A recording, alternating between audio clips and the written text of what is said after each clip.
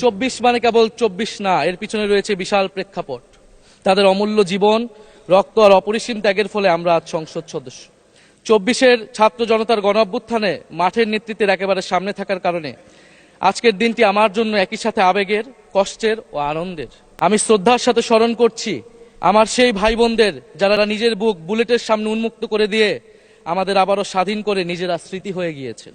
আমরা তাদের শাহাদাত কবুলের জন্য মহান আল্লাহর কাছে দোয়া করছি। একই সাথে আহত ও পঙ্গু জুলাই যোদ্ধা ভাই বোনদের প্রতি আমার সবটুকু আবেগ, শ্রদ্ধা আর ভালোবাসা দিয়ে কৃতজ্ঞতা জানাচ্ছি। তাদের সুস্থতা কামনা করছি। তাদের অমূল্য জীবন, রক্ত আর অপরিসীম ত্যাগের ফলে আমরা আজ সংসদ সদস্য। ২৪-এর গণ অভ্যুত্থানের বৈষম্য বিরোধী ছাত্র আন্দোলনের নেতৃত্বে অংশ নিয়েছিল ছাত্র, শ্রমিক, কৃষক, শিক্ষক, অভিভাবক, সাংস্কৃতিক কর্মী, আলেম সমাজ, তরুণ সেনা অফিসার ও সৈনিকগণ ও প্রবাসী বাংলাদেশি ভাই ও বোনেরা। অভ্যুত্থানে গুরুত্বপূর্ণ ভূমিকা রেখেছে আমাদের নারী সমাজ। সামনে থেকে নেতৃত্ব দিয়েছে ও নির্যাতিত হয়েছে। আন্দোলনে প্রাইভেট বিশ্ববিদ্যালয়, মাদ্রাসা ও স্কুল কলেজের ছাত্রছাত্রীদের ভূমিকা ছিল তাৎপর্যপূর্ণ। গণ অভ্যুত্থানে ভ্যানগার্ডের ভূমিকা ছিল ফ্যাসিবাদ বিরোধী রাজনৈতিক দলের নেতাকর্মীরা। স্মরণ করছি ছাত্রদল, ছাত্র শিবির, ছাত্র শক্তি, ছাত্র অধিকার পরিষদ এবং বিভিন্ন ইসলামপন্থী ও বামপন্থী ছাত্রকর্মীদের যারা সাহসিকতার সাথে লড়াই করেছিল বৈষম্য বিরোধী ছাত্র আন্দোলনে।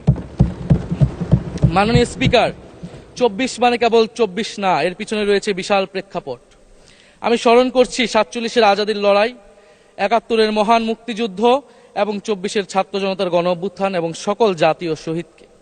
এ সকল ঐতিহাসিক জাতীয় সংগ্রামের ধারাবাহিকতায় আজকের বাংলাদেশ গৌরব নিয়ে দাঁড়িয়ে আছে। স্মরণ করছি পিলখানা হত্যাকাণ্ডের শহীদ, শাপলা হত্যাকাণ্ডের শহীদ, মোদী বিরোধী হত্যাকাণ্ডের শহীদ, ফ্যাসিস্ট আমলে গুম হওয়া ব্যক্তিদের স্মরণ করছি। ১৮ সালের কোটা সংস্কার আন্দোলন ও নিরাপদ সড়ক আন্দোলনে ছাত্র কিশোরদের অকুতোভয় সাহসকে স্মরণ করছি। স্মরণ করছি আমাদের ভাই শরীফ ওসমান হাদী, যিনি তার সাহসিকতার মাধ্যমে বাংলাদেশকে একটি ইনসাফ ভিত্তিক বাংলাদেশ হিসেবে গড়ে তুলতে চেয়েছিলেন। তিনি আর আমাদের সাথে নাই। আমরা ওসমান হাদী ভাইকে স্মরণ করছি। শহীদ আবরার ফাহাদ ও শহীদ ফেলানী খাতুনকে স্মরণ করছি, যারা ভারতীয় আধিপত্যবাদের বিরুদ্ধে লড়াই করে বাংলাদেশকে আজকের এই জায়গায় নিয়ে এসেছে। ২৪-এর ছাত্র জনতার গণ অভ্যুত্থানে মাঠের নেতৃত্বের একেবারে সামনে থাকার কারণে আজকের দিনটি আমার জন্য একই সাথে আবেগের, কষ্টের ও আনন্দের।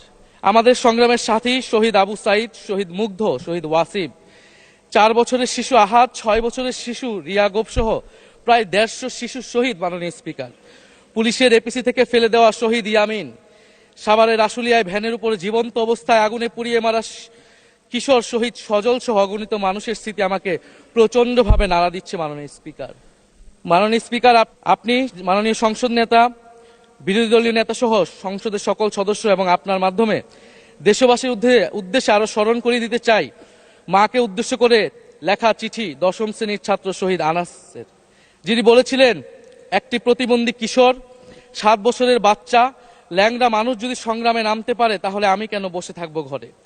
একদিন তো মরতেই হবে, তাই মৃত্যুর ভয় করে স্বার্থপরের মতো ঘরে বসে না থেকে সংগ্রামে নেমে গুলি খেয়ে বীরের মতো মৃত্যু অধিক শ্রেষ্ঠ। যে অন্যের জন্য নিজের জীবন বিলিয়ে দেয় সেই প্রকৃত মানুষ। আমি যদি বেঁচে না ফিরি তবে কষ্ট পেও না, গর্বিত হয়েও জীবনের প্রতিটি ভুলের জন্য ক্ষমা চাই। আনাস তার মাকে এই চিঠি লিখে রাস্তায় নেমে গিয়েছিলেন, শহীদ হয়েছিলেন। মাননীয় স্পিকার, যাদের আত্মত্যাগের কারণে আজকে আমরা এখানে বসে কথা বলতে পারছি।